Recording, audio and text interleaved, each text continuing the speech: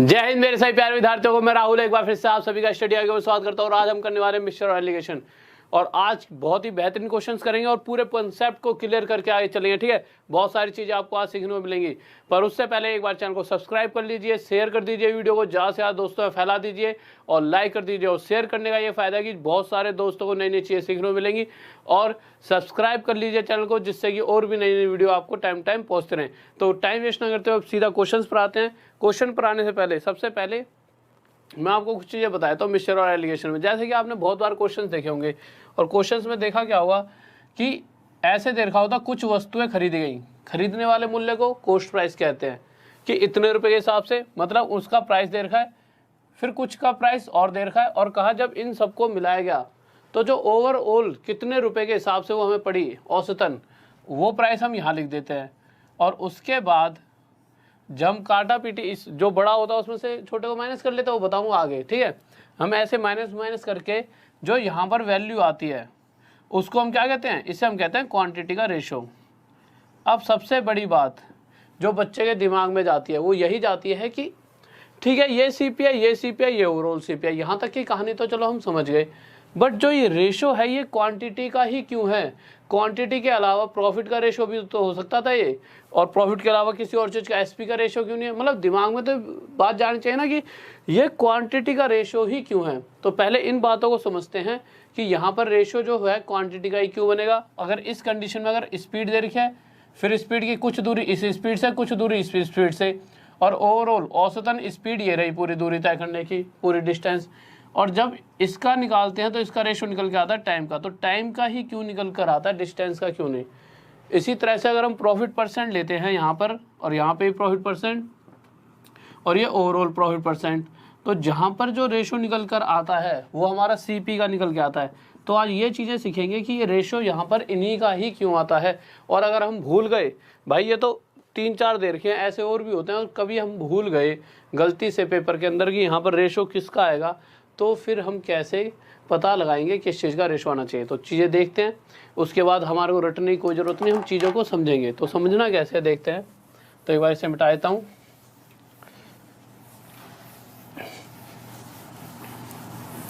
देखिए बहुत ही आसान सी चीज़ है। कभी भी अगर मैं आपसे बोलूँ स्पीड का फॉर्मूला बताओ, तो आपको speed equals to distance upon time.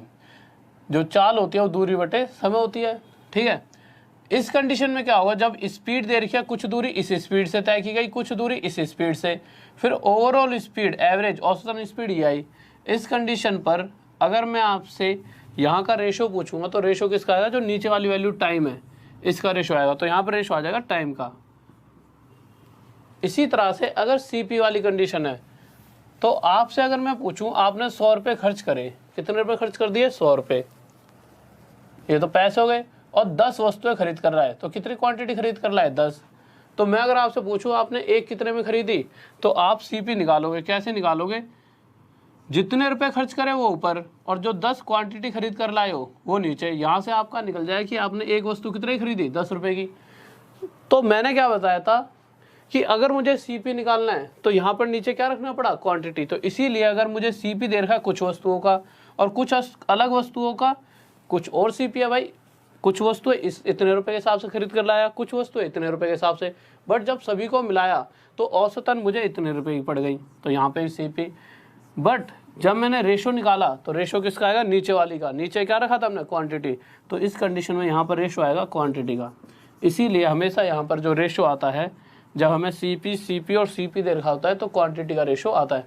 अगर मैं आपसे बात करता हूँ किसकी, प्रॉफिट परसेंट की, तो प्रॉफिट परसेंट हो चाहे लॉस परसेंट हो, इन दोनों कंडीशन में जब भी अगर हम प्रॉफिट परसेंट निकालते हैं, लॉस परसेंट निकालते हैं, नीचे क्या रखते हैं, तो आप कहोगे सर नीचे रखते हैं सीपी। रखते ही रखते भाई, चाहे हानि प्रतिशत हो चाहे लाभ प्रतिशत हो, हमेशा खरीदने वाले मूल्य पर निकलता है लॉस और प्रॉफिट परसेंट।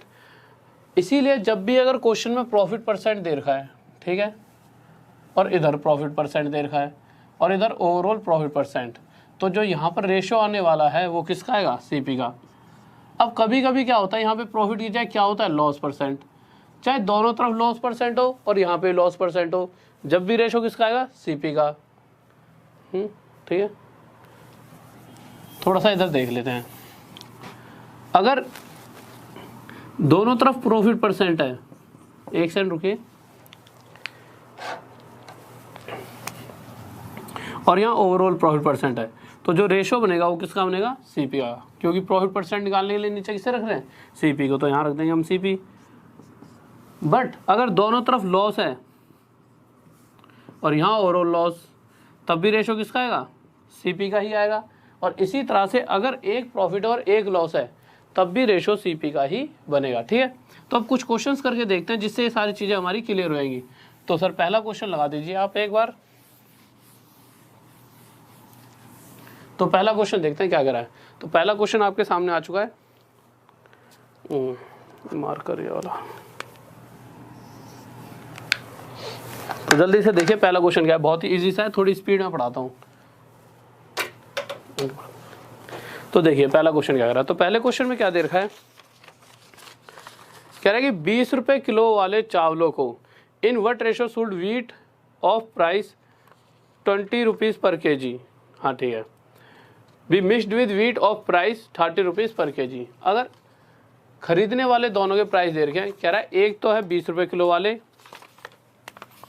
और कुछ हैं कितने रुपए किलो वाले, 30 रुपए किलो वाले, और इनको जब मिक्स करके हमने देखा कि कहीं ना कहीं ओवरऑल हमें कितने रुपए के पड़े, तो ये हमें पड़ गए 24 रुपए के। तो क्वेश्चन पूछना चाहता है कि 20 रुपए किलो वाले जो हैं और जो 30 रुपए किलो वाले हैं ये किस अनुपात में मिलाए गए। तो हमें पता है क्वांटिटी का रेशो निकालने के लिए भाई इस तरह से निकाल सकते हैं, ये सीपी दे रखा है, ये सीपी और ये ओवरऑल सीपी। अगर 20 और 24, अब अच्छा माइनस कैसे करते हैं, माइनस तो करना है हर बार, पर करना कैसे है, इन दोनों में से जो बड़ा है, बड़ा कौन सा है 24 में से 20 का यहाँ पे आ गया 4, इन दोनों में से कौन सा बड़ा है 30 में से 24 जाए, यहाँ पर कितना जाए 6। अब जब रेशो निकालेंगे तो रेशो आ जाएगा हमारा 3:2 और यही क्या आ जाएगा हमारा आंसर। नेक्स्ट क्वेश्चन पर चलते हैं सर, नेक्स्ट क्वेश्चन चला दिया जल्दी से। तो अगला क्वेश्चन देखते हैं सेकंड। तो सेकंड क्वेश्चन देखते हैं क्या करा है, ठीक है, कोई दिक्कत जल्दी से बताइए, समझ आ गया। वैसे सही बच्चों आंसर भी आ चुका है, बहुत बेहतरीन, शाबाश गजब, आसान सा क्वेश्चन था और वैसे भी आप सब होशियार हो, ठीक है। तो क्वेश्चन देखते हैं नेक्स्ट क्या करा है। तो नेक्स्ट क्वेश्चन लग चुका है आपके सामने, ठीक है। तो देखिए अगले क्वेश्चन को पढ़ा तो उसमें क्या लिखा हुआ है, इस बार दे रखा है प्राइस, इस बार दूध के साथ पानी को मिलाया गया है। अब हमें पता है कि भाई दूध जितने रुपए के हिसाब से खरीदा होगा उसका सीपी यहाँ, पानी का सीपी यहाँ, और जब इन दोनों को आपस में मिला देंगे तो ओवरऑल कितने रुपए की चीज़ पड़ी हमें, वो सीपी हम कहाँ लिखने वाले हैं, यहाँ। तो हमारे पास यहाँ पे जो रेशो आएगा वो आ जाए क्वांटिटी का, यही तो हमने सीखा है। तो इसी तरह से जब इस क्वेश्चन को करेंगे तो इस क्वेश्चन में क्या लिखा हुआ है देखते हैं, सीपी मतलब खरीदने वाला मूल्य है। तो दूध का प्राइस तो दे रखा है कि दूध जो खरीदा गया है वो 36 रुपये प्रति लीटर के हिसाब से खरीदा गया। तो ठीक है भाई, दूध का सीपी लिख दिया। अब पानी की बात आई, तो अब एक बात बताओ यार, कोई भी अगर दूध वाला हो जब पानी मिलाएगा दूध में, तो यूँ तो है नहीं कि बिस्लरी की बोतल खरीद के लाएगा 20 वाली, कहीं ना कहीं ऐसा ही पानी तो मिलाया जो घर मतलब फ्री का हुआ। तो दूध कितने मतलब पानी अगर जो मिलाएगा तो उसे कितने रुपए का पड़ रहा हुआ पानी, तो पानी पड़ेगा 0 रुपये का। तो यहाँ से सीपी आ गया पानी का कि भाई पानी तो ऐसे ही मिलाएगा ना जिसका कोई प्राइस ना हो, तो 0 रुपये वाला पानी मिला दिया जो घर में मतलब नल के कैसे निकाल लेते हैं, ठीक है। उसके बाद ओवरऑल जो सीपी पड़ रहा है वो पड़ रहा है 24 रुपये, तो वो हमने यहाँ पर लिख दिया 24 पड़ रहा है, सॉरी 28। अब उसके बाद रेशो पूछा है कि अगर इस कंडीशन में दूध और पानी का अनुपात बताओ, तो ये तो था भाई मिल्क और ये क्या हमारा वाटर।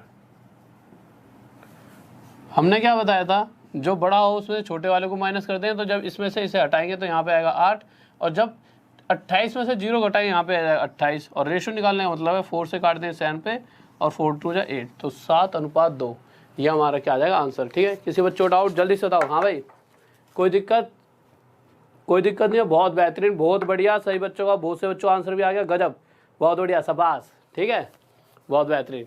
तो नेक्स्ट क्वेश्चन पर चले। तो नेक्स्ट क्वेश्चन देखते हैं क्या कर रहा है और चीज़ें आपको समझ आ रही होंगी। तो नेक्स्ट क्वेश्चन देखते हैं इस बार, और धीरे धीरे लेवल भी अप कर देंगे, ये शुरुआत के 1-2 क्वेश्चन हैं, ठीक है, इसी के हिसाब से चीज़ें चलेंगी, तभी जाके चीज़ें आपको समझ भी आएंगी। तो अगले क्वेश्चन पर आए, तो अगले क्वेश्चन में क्या आगे आ गया है, क्वेश्चन कह रहा है हमारा, इस बार 10 रुपये प्रति लीटर की दर वाले दूध के साथ इस बार जो मिल्क का प्राइस है वो कितना है 10, और अभी भी पानी मिला रहे हैं, पानी कितने रुपए का हुआ 0 रुपए का, और ऐसा करने के बाद ओवरऑल 5.50 रुपये का ये हमें पड़ गया। तो अभी भी रेशो पूछा है तो हमें पता है इसमें से इसे घटाएंगे 4.50 और इसमें से इसे घटाएंगे इसमें से इसे, तो ये आ जाएगा 5.50। और दूसरी बात, मिल्क के नीचे मिल्क की क्वांटिटी आती है और वाटर के नीचे वाटर की क्वांटिटी हमेशा, ठीक है, कि अगर मिल्क का इतना हिस्सा तो पानी का इतना हिस्सा मिलाया गया होगा। पॉइंट है, पॉइंट हटा देंगे, 0 से 0 काटेंगे, 5 से 11 पे और 5 से 9 पर, और 11:9 ये हमारा क्या हो जाएगा आंसर, कि इस अनुपात में दूध और पानी को मिलाया जाएगा। ठीक है, नेक्स्ट क्वेश्चन की तरफ आए। तो नेक्स्ट क्वेश्चन आइए सर, तो फोर्थ क्वेश्चन देखते हैं क्या कह रहा है। तो फोर्थ क्वेश्चन पर आते हैं। किसी बच्चों को कोई दिक्कत तो नहीं है?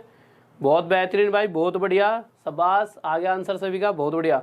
बहुत से बच्चों का आंसर आया था। और किसी अगर कोई बच्चा, वैसे तो आसान आसान क्वेश्चन चल रहे हैं, मुझे लगता है मैक्सिमम सभी बच्चों स्क्रीनशॉट लेना, किसी सभी का आंसर आ जाता होगा, बट अगर किसी का कोई दिक्कत बनती है कभी भी तो कोशिश करा करो, क्वेश्चन को तो ढंग से पढ़ ही लिया करो। तो अगले क्वेश्चन पर आते हैं, क्या कह रहा है। तो हम अगले क्वेश्चन पर आए। क्वेश्चन कह रहा है, एक व्यक्ति के पास 25 रुपये प्रति लीटर का रसायन होता है, उसमें पानी को किस अनुपात में मिलाएं। तो अभी तक हमें पता चल चुका है, कोई भी चीज़ के अंदर अगर पानी मिला रहे हैं तो पानी का रेट 0 ही होगा। इस कंडीशन में अब देखो, जो रसायन है, जो केमिकल है, वो इस रेट में खरीदा है, तो केमिकल का प्राइस ये हो गया खरीदने वाला CP, और वाटर का प्राइस ये हो गया खरीदने वाला, मतलब जितने का हमें पड़ रहा होगा। उसके बाद हमें पता है यहाँ पर CP होता है, ये CP होता है, तो यहाँ पर क्या लिखते थे हम, CP कॉस्ट प्राइस। पर इस क्वेश्चन के अंदर इसको मिक्स करने के बाद ओवरऑल एवरेज औसतन जो हमारे को खरीदने वाला मूल्य है वो नहीं बताया गया है, हमें सीधा डायरेक्ट बेचने वाला मूल्य बता दिया गया है कि उसने उन्हें मिक्स करा और कितने रुपए में बेच दिया, 20 रुपये के हिसाब से बेच दिया। अब अगर हमारे को SP दे रखा है, बेचने वाला मूल्य है, तो हम CP निकाल सकते हैं कॉस्ट प्राइस आसानी से। कैसे? तो SP हमें बेचने वाला मूल्य कितना दे रखा है 20, और साथ में हमें प्रॉफिट परसेंट दे रखा है 25%, कि यहाँ पर हमें 25% का प्रॉफिट हो रहा है। किस कंडीशन में सर, क्वेश्चन थोड़ा इधर उधर कर दो, जिस कंडीशन में हम उसको 20 रुपये में बेच रहे हैं। 25% का मतलब होता क्या है 1/4, और हमें पता है नीचे वाला मूल्य क्या होता है, नीचे वाली ये जो प्राइस लिखा हुआ है ये क्या है, इसे हम हमेशा खरीदने वाला मूल्य मानते हैं। क्यों? क्योंकि प्रॉफिट परसेंट हो चाहे लॉस परसेंट हो, हमेशा CP पर निकालते हैं। तो ये तो हो गया CP, और ऊपर क्या रखते हैं, जो भी प्रॉफिट या लॉस हो रहा है। अगर 4 खरीदी, एक का प्रॉफिट और बेचें, कितने बेच देंगे 5 में, और क्वेश्चन कर रहा है 5 में नहीं बेचे, कितने बेच रहे हैं 20 में, कितने गुना ज़्यादा 4। तो इसी तरह से उस वस्तु को भी हमने 4 गुना ज़्यादा 16 रुपये में ख़रीदा होगा, मतलब कहीं ना कहीं वो ओवरऑल हमें 16 में पड़ी होगी। तो यहाँ पर जो CP बनेगा वो आ जाएगा 16। तो कभी कभी अगर हमें नहीं दिया गया होगा CP, तो इस तरह से हमें निकालना भी पड़ेगा, हमें मतलब SP से CP पर आना पड़ेगा। अब क्या करेंगे, अब बस फिर तो कोई बात ही नहीं रही, इसमें से इसे माइनस कर देंगे, 9 आ गया, इसमें से इसे माइनस कर देंगे, कितना आ गया 16, और यही हमारा आंसर हो गया 16:9, 16:9। नेक्स्ट क्वेश्चन पर चले, चीज़ें समझ आ रही है, कोई डाउट तो नहीं किसी को? चलो नेक्स्ट क्वेश्चन देखिए, जल्दी से बताइए किसी को कोई डाउट। हाँ भाई, कोई दिक्कत? कोई दिक्कत नहीं है, और बहुत बच्चों का आंसर भी आ चुका है, बहुत बेहतरीन, गजब, शाबाश, बहुत बढ़िया। तो नेक्स्ट क्वेश्चन देखते हैं हमारा क्या कर रहा है। तो हम 5th क्वेश्चन पर आ गए। धीरे धीरे लेवल भी अभी आपका टफ होने वाला है, थोड़ा सा धीरे धीरे ऐसे क्वेश्चन भी आएंगे कि हाँ, जहाँ पर आपको पक्का दिक्कत आएगी। जिसने पहली बार पढ़ा है उसको तो सारी चीज़ें बिल्कुल ही नहीं लग रही होंगी और जिसने चीज़ों को पहले पढ़ लिया है उसको चीज़ें थोड़ी सी आसान लग रही होंगी। तो नेक्स्ट क्वेश्चन पर देखते हैं। तो अगला क्वेश्चन कह रहा है कि 16 रुपये प्रति किलोग्राम के गेहूं को, तो मैंने क्या कहा था, जो भी प्राइस है, जो वीट का प्राइस दे रखा है, कुछ तो 16 रुपये वाले हैं, उसके बाद 16 रुपये वाले जो गेहूं हैं उन्हें 26 रुपये वाले, तो 26 रुपये वाले कितने किलो हैं 24। हमें पता है क्वांटिटी हमेशा नीचे आती है, तो 24 नीचे रख दिया। इसकी तो कोई क्वांटिटी दे रखी, इसके जगह हमने क्या रख दिया x मिलाया गया, जिससे कि मिश्रण का लागत मूल्य 20 रुपये हो गया, और लागत मूल्य मतलब ओवरऑल 20 रुपये के ये हमें पड़ गए। दो मैंने आपको क्या समझाया था, करना क्या हर बार 16 रुपये के हिसाब से जो खरीदे, दो प्राइस ओवरऑल प्राइस, बट इतने रुपए के हिसाब से जो खरीदे वो नीचे आएंगे, इसके क्वांटिटी हमेशा नीचे। इतने रुपए के हिसाब से जितने खरीदे उनकी क्वांटिटी नीचे, और ये जो प्राइस होता है ये होता है हमारा ओवरऑल प्राइस, ठीक है। तो ओवरऑल प्राइस हमने यहाँ पर रख दिया। अब हमें करना क्या है, अब जो बड़ा है उसमें से छोटे वाले को माइनस करें। तो 26 में से 20 गया तो यहाँ पर क्या आ जाएगा 4, इसको थोड़ा नीचे रख लो, ठीक है। और 20 में से 16 गया तो यहाँ पे कितना आ जाएगा 4, ये 6 आ जाएगा, सॉरी। अगर इस रेशो के हिसाब से देखा जाए तो 26 रुपये के हिसाब से जो खरीदे गए हैं वो कितने खरीदे थे 4 किलो, तो उस कंडीशन में 16 रुपये के हिसाब से कितने खरीदे गए थे 6 किलो। पर क्वेश्चन कह रहा है कि 4 नहीं खरीदे 24 किलो खरीदे। इस रेट पर कितने गुना ज़्यादा 6, तो इसी तरह से इस रेट पर भी 6 गुना ज़्यादा कितने किलो खरीदे गए होंगे 36 किलो। और यही हमारा क्या हो जाएगा आंसर। किसी को डाउट तो नहीं है, जल्दी से बताइए, कोई दिक्कत? बहुत बढ़िया, बहुत बढ़िया। कुछ बच्चों का आंसर भी आ चुका है, बहुत बढ़िया, बेहतरीन, शाबाश। तो नेक्स्ट क्वेश्चन पर चलते हैं, जल्दी से टाइम वेस्ट ना करते हुए। सर नेक्स्ट क्वेश्चन लगाइए। तो अब आप ये तो देख मतलब ये चीज़ें समझ आ गई हैं, जितने रुपए के हिसाब से खरीदे, प्राइस ओवरऑल प्राइस, इस प्राइस में कितना खरीदा है वो यहाँ पर, और इस प्राइस में कितना खरीदा है वो क्वांटिटी यहाँ पर। क्योंकि अभी थोड़ी देर पहले बताया था ये सीपी होगा तो ये क्वांटिटी का रेशो होगा। तो नेक्स्ट क्वेश्चन देखिए, 6th क्वेश्चन क्या कह रहा है हमारा। तो 6th क्वेश्चन पर आ गए।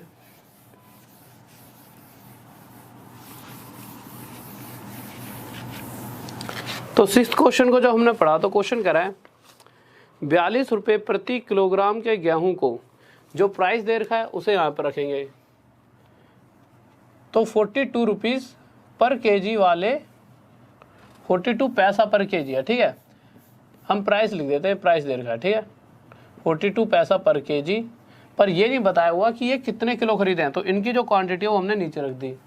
आगे फिर बता रखा है कि 24 रुपये के हिसाब से कुछ खरीदे हैं, और 24 रुपये के हिसाब से कितने खरीदे हैं 25 किलो। तो ये बता रखा है कितने खरीदे हैं 25। इस प्राइस से जो क्वांटिटी खरीदी है वो ये रही, इस प्राइस से जो क्वांटिटी खरीदी है वो ये रही। बट उन्हीं सभी को आपस में मिलाकर औसतन ये कितने रुपए में पड़ा है, तो जितने रुपए में पड़े होंगे वो यहाँ पर आता है। पर इस क्वेश्चन के अंदर ये सीपी ना देकर ओवरऑल ये बता रखा है कि उसे ओवरऑल कितने रुपए में बेचा गया। तो यहाँ पर फिर से वही कंडीशन आ गई, हमें दे क्या दिया यहाँ पे क्वेश्चन में, इसकी जगह हमें एसपी दे रखा है कि हम इन्हें 40 रुपये के हिसाब से बेच रहे हैं एंड में, ठीक है। अब 40 रुपये के हिसाब से अगर हम बेचेंगे और वो भी कितने % का प्रॉफिट लेकर 25%। सर क्वेश्चन थोड़ा इधर उधर कर दो। तो 25% अभी देखा था 1/4, 4 की खरीदी होती और 1 का प्रॉफिट लेता तो मैं 5 में बेचता। क्वेश्चन करा 5 में नहीं 40 में, 8 टाइम ज़्यादा 8 गुना। तो इसी प्रकार उस वस्तु को खरीदा भी 8 गुना आधा, कितने में क्या होगा 32। तो ये ओवरऑल कॉस्ट प्राइस आ गया। तो ओवरऑल कॉस्ट प्राइस यहाँ रखेंगे, कितना आ जाएगा 32। अब करना क्या है, इन दोनों में से कौन सा बड़ा है, ये इसमें से इसे माइनस करेंगे तो आ जाएगा 10, और इन दोनों में से कौन सा बड़ा है ये, जब इसमें से इसे माइनस करते हैं तो यहाँ पे आ जाएगा 8। तो जो ये रेशो बनेगा ये क्वांटिटी का, कैसी क्वांटिटी एक बार काट के देख लेते हैं 2 से 4 पर और 2 से 5 पर, कि जब मिक्सचर बनाया होगा तो इतने रुपए के हिसाब से अगर इतना हिस्सा उठाया होगा तो इतने रुपए के हिसाब से इतना हिस्सा उठाया होगा, मतलब इतने रुपए के हिसाब से इतने किलो चीज़ें खरीदी होंगी और इतने रुपए के हिसाब से इतने किलो। पर क्वेश्चन साफ कह रहा है इस प्राइस पर उसने 25 किलो वस्तु खरीदी है, इससे कितने गुना था 5। तो इसी तरह से इस प्राइस पर भी उसने 4 ना खरीद कर 5 गुना ज़्यादा 20 किलो मटेरियल खरीदा होगा। और ये हमारा क्या आ जाएगा आंसर। किसी को कोई दिक्कत तो नहीं है, आगे चले, चलो ठीक है। हाँ भाई जल्दी बताओ, किसी को कोई डाउट, कोई दिक्कत नहीं है, ठीक है। नेक्स्ट क्वेश्चन पर चलते हैं। तो नेक्स्ट क्वेश्चन लगाइए सर, तो जल्दी से नेक्स्ट क्वेश्चन, ठीक है। वैसे बहुत बढ़िया, सही, बहुत से बच्चे तो बहुत जल्दी आंसर देते हैं, ठीक है। ऐसा लगता है जैसे कि सारे क्वेश्चन, हाँ तुम भी देते हो जल्दी, बहुत ज़्यादा जल्दी आंसर, ठीक है। तो ऐसा लगता है जैसे कि पहले से ही चीज़ें तुमने बहुत ज़्यादा प्रैक्टिस कर रखी है। और कुछ बच्चों ने तो भाई पहले से जुड़े हुए हैं, तो ये चीज़ें तो मैंने पहले कहीं ना कहीं आपको पढ़ा भी रखी हैं। बट यह है कि अभी एक बार सारी चीज़ें पढ़ाने के बाद जब ये पूरा सिलेबस हो जाए आपका, फिर सिस्टम अपग्रेड कर देंगे। जैसे रोबोट 2.0 होता है ना, इसी तरह से सिस्टम को अपग्रेड करके उसके अंदर फिर क्वेश्चंस बिल्कुल ही नए लेकर आऊँगा, जो इन सबसे लेवल उसका अप होगा। बट अभी ऐसा ही कुछ बच्चे कहते हैं सर थोड़ा सा लेवल कम है, कुछ नए हैं उनको लगता है लेवल ज़्यादा है। तो मैं अपने हिसाब से चला रहा हूँ अभी कि हाँ भाई एक लेवल, उस लेवल तक चीज़ें कंप्लीट हो जाएँ, ठीक है। फिर उसके बाद चीज़ों को अपग्रेड कर देंगे, ठीक है। तो देखते हैं अगले क्वेश्चन को। तो क्वेश्चन क्या कर रहा है,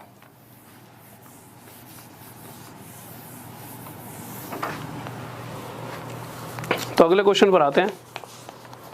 तो अगला क्वेश्चन है सर, तो नेक्स्ट क्वेश्चन लगा हुआ है। इस क्वेश्चन में क्या कह रहा है वो, एक सेकंड रुकिए।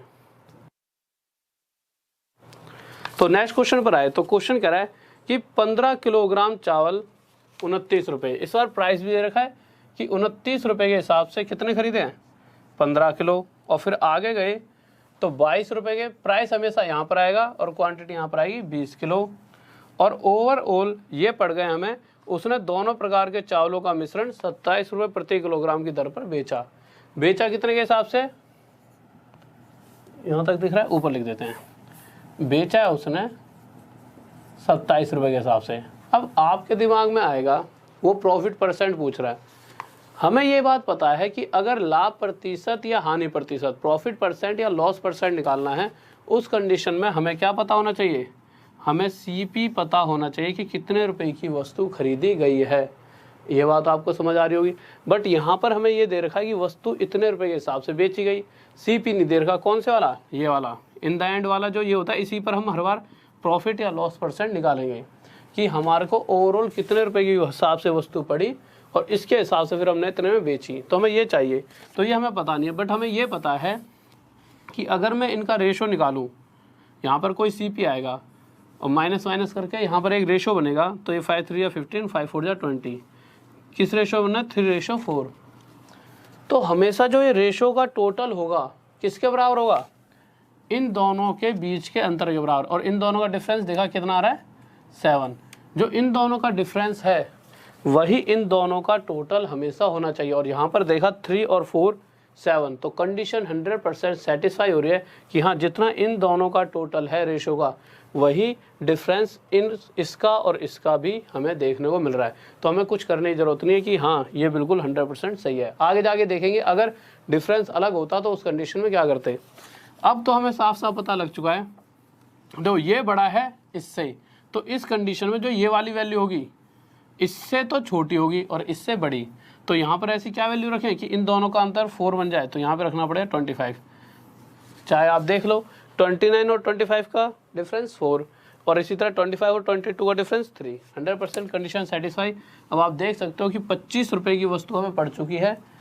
सर एक बार क्वेश्चन हटा देना, 25 रुपये की वस्तु पड़ी है और क्वेश्चन ने कहा है कितने में बेच दिया है, 27 रुपीज़ में। अगर मैं आपसे पूछूं प्रॉफिट परसेंट बताइए, तो आप आसानी से निकाल सकते हो। कैसे, जितने में खरीदी 25 में कॉस्ट प्राइस, और उस पर कोई प्रॉफिट या लॉस जो भी है, कितना प्रॉफिट हो रहा है 2 का वो ऊपर, और परसेंट के लिए मल्टीप्लाई बाय 100।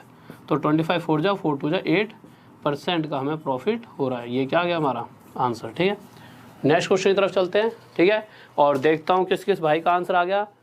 अच्छा आ गया, सही बात, बहुत बढ़िया, बेहतरीन, गजब, शाबाश हैं। एक आधा तो शेर है, तभी निकाल देता आंसर। हाँ आ गया, तुम्हारा भी आ गया, मुझे पता है, बहुत बढ़िया। तो शाबाश, इसी तरह से बस आंसर देते रहा करो। और वैसे सही बच्चे होशियार हैं, कोई भी कमज़ोर नहीं है, बस फ़र्क इतना पड़ता है कौन कितने दिनों से तैयारी कर रहा है। ठीक है, तो इस बात को कभी दिल पे मत लेना कि यार उसने आंसर दे दिया मैंने नहीं दिया। ये जो तैयारी है ना, ये मैटर ही नहीं करती कि आप 2 साल से करो 3 साल से। जो 1 साल से कंटिन्यू लगा हुआ है वो बच्चा एग्जाम निकाल जाता है। हाँ, यहाँ पर दिक्कतें बनती हैं कि किस तरीके, ऐसा नहीं 2 साल वाला निकालेगा, 2 साल वाला और कंटिन्यू है, और उसने 1 साल पढ़ाई करी या 5 महीने कर ली, फिर 6-7 महीने फील्ड से गायब, तो उसके साथ भी दिक्कत बनती है। जो 2 साल से कंटिन्यू, फिर तो सारी जॉब निकालेगा, जिस भी जॉब को भर दिया वो जॉब उसी की है। बट मेन चीज़ है कंटिन्यूटी, कितने दिनों से आप एक चीज़ में कंटिन्यू लगे हुए हो।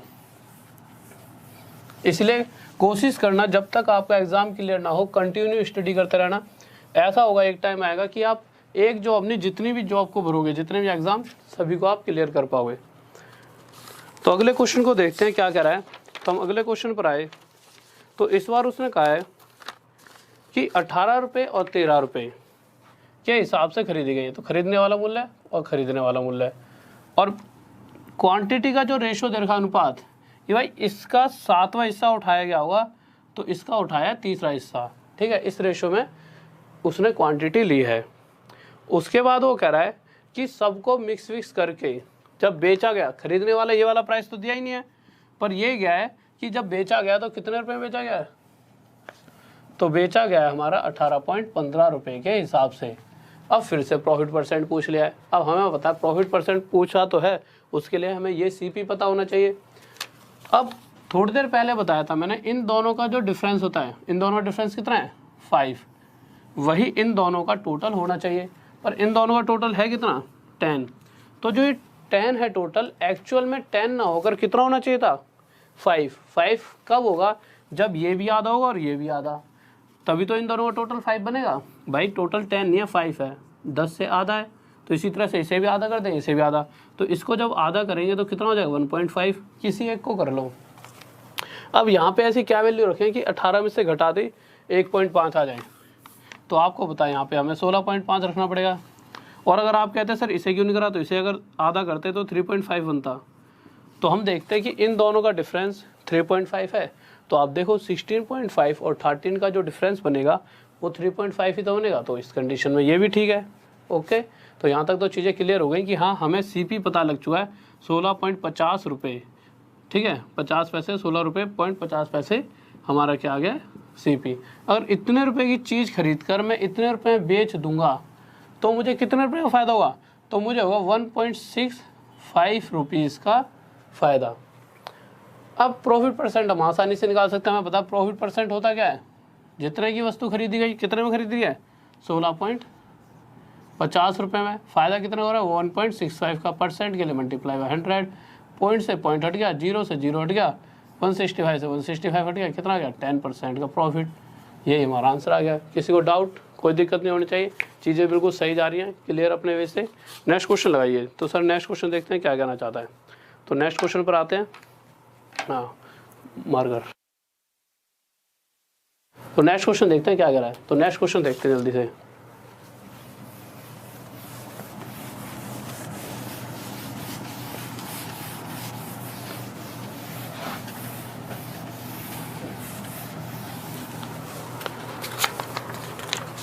तो नेक्स्ट क्वेश्चन क्या कह रहा है हमारा, क्वेश्चन कह रहा है किसी दुकानदार ने 80 किलोग्राम चीनी 13.50 रुपये प्रति किलोग्राम भाव से खरीदी। ठीक है, तो ठीक है भाई लिख देते हैं जैसा ऐसा वो कह रहा है। तो उसने 80 किलोग्राम किस हिसाब से खरीदी है 13 पॉइंट, इसमें क्या दिक्कत हो रही है, हाँ तो 80 इसने क्या, फिर से दोबारा देख लेते हैं, मार्कर बीच में रुक गया था। क्या रहा है कि इस हिसाब से, किस हिसाब से 13.50 रुपये के हिसाब से उसने 80 खरीदी, तो क्वांटिटी लिख देंगे नीचे। फिर आगे गए तो 16 रुपये के हिसाब से इस प्राइस पर उसने कितना खरीदा है 120, तो ये लिख दिया हमने नीचे। और उसके बाद उसने कह रहा है कि जितनी भी, भाई इसके हिसाब से इतना खरीदा है, इसके हिसाब से इतना, और फिर जो भी प्राइस उसका कॉस्ट प्राइस पड़ा होगा, ओवरऑल जितने रुपए की वस्तु पड़ी होंगी उन्हें अगर वो 20% 20% प्रॉफिट लेकर बेचना चाहे तो कितने रुपए में बेच देगा। तो इस बार उसने हमसे क्या पूछ लिया है, एसपी पूछ लिया है, दिख रहा है साफ साफ, देखना एक बार। तो इस बार उसने हमसे एसपी पूछ लिया है।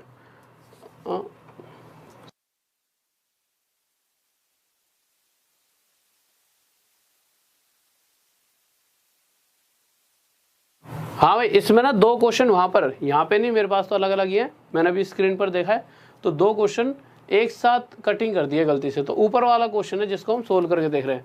और हिंदी में इसलिए नहीं क्योंकि इंग्लिश में थोड़ी सी मिस्टेक्स थी, तो जल्दी जल्दी मैंने वो हटवा दिया इंग्लिश वाला नीचे का पार्ट। ठीक है, तो क्वेश्चन पर आ जाते हैं। तो प्रॉफिट परसेंट मतलब एसपी पर जाने के लिए हमें ये पता होना चाहिए हमने खरीदा कितने में। तो फिर से हम वही करेंगे जो अभी तक हमें पता है। हम करते क्या है, हम इनका रेशो निकालेंगे। तो ये 4 2 8 और ये 4 3 12। हमें पता है जितना इन दोनों का टोटल है वो इन दोनों का डिफरेंस होना चाहिए, पर इन दोनों का डिफरेंस कितना है 2.5। तो ये और दो टोटल यहाँ पर बन कितना रहा है 5। तो क्वेश्चन के हिसाब से टोटल 5 ना होकर 2.5 होना चाहिए, इसका आधा। अगर जो ये टोटल है वो आधा होने का मतलब क्या है, ये भी आधा, तो 2 का आधा ये 1। और ये 1 कब होगा, जब यहाँ पर क्या होगा 15/16 और 15 का डिफरेंस 1। तो ठीक है, यहाँ से हमें साफ साफ पता लग चुका है कि हमने उस वस्तु को 15 रुपये में खरीदा हुआ। 15 में खरीदा और हम कितने % का प्रॉफिट चाहते हैं 20% का। तो 20% मतलब 20% ही लेना चाहता है ना, एक सेकंड रुकिए, हाँ ठीक है। तो 20% मतलब 1/5। अगर 5 की खरीदी होती 1 रुपये प्रॉफिट लेकर, हमारा आंसर 6 आया था, पर क्वेश्चन कह रहा है 5 में नहीं 15 में खरीदी है, इससे 3 गुना ज़्यादा। तो इसी प्रकार 3 गुना ज़्यादा उसने उस वस्तु को 18 रुपये में बेच दिया होगा, ये आंसर आ गया। नेक्स्ट क्वेश्चन पर चलते हैं जल्दी से। तो नेक्स्ट क्वेश्चन लगाइए सर क्या कह रहा है। और किसी बच्चे को कोई भी दिक्कत है तो जल्दी से बताइए। कोई दिक्कत नहीं है, बहुत बढ़िया बहुत बढ़िया, बेहतरीन आ गया, बहुत ऊँचा होता आंसर, गजब, बहुत बढ़िया, शाबाश। तो अगले क्वेश्चन पर चलते हैं। हाँ शाबाश, आपको भी शाबाश। तो नेक्स्ट क्वेश्चन देखते हैं क्या कह रहा है।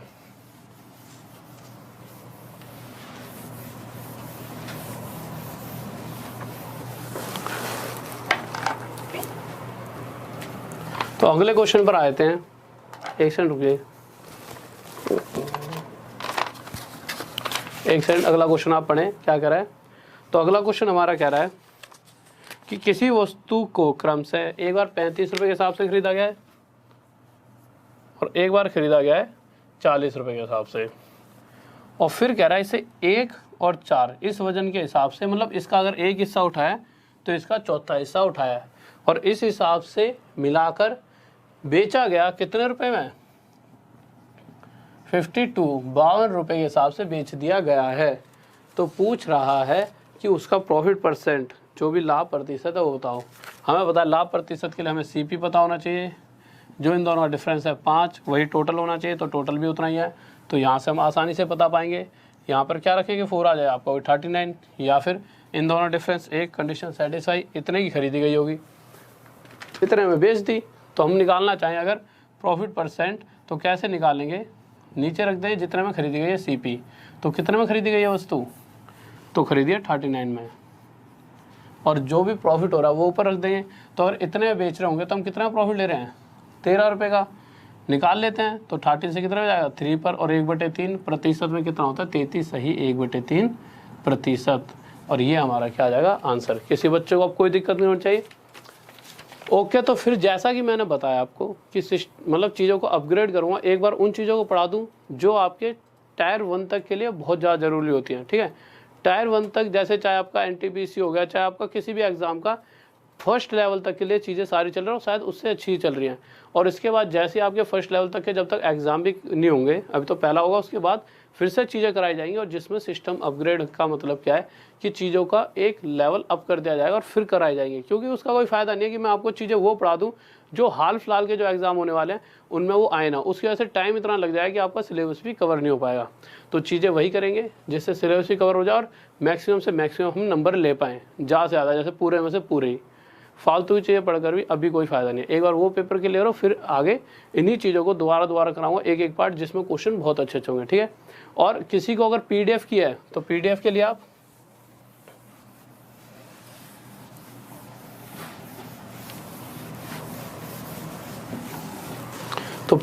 आप जा सकते हो किस पे, राहुल देसवाल स्टडी IQ, इसके साथ आप ऑफिशियल लिखना।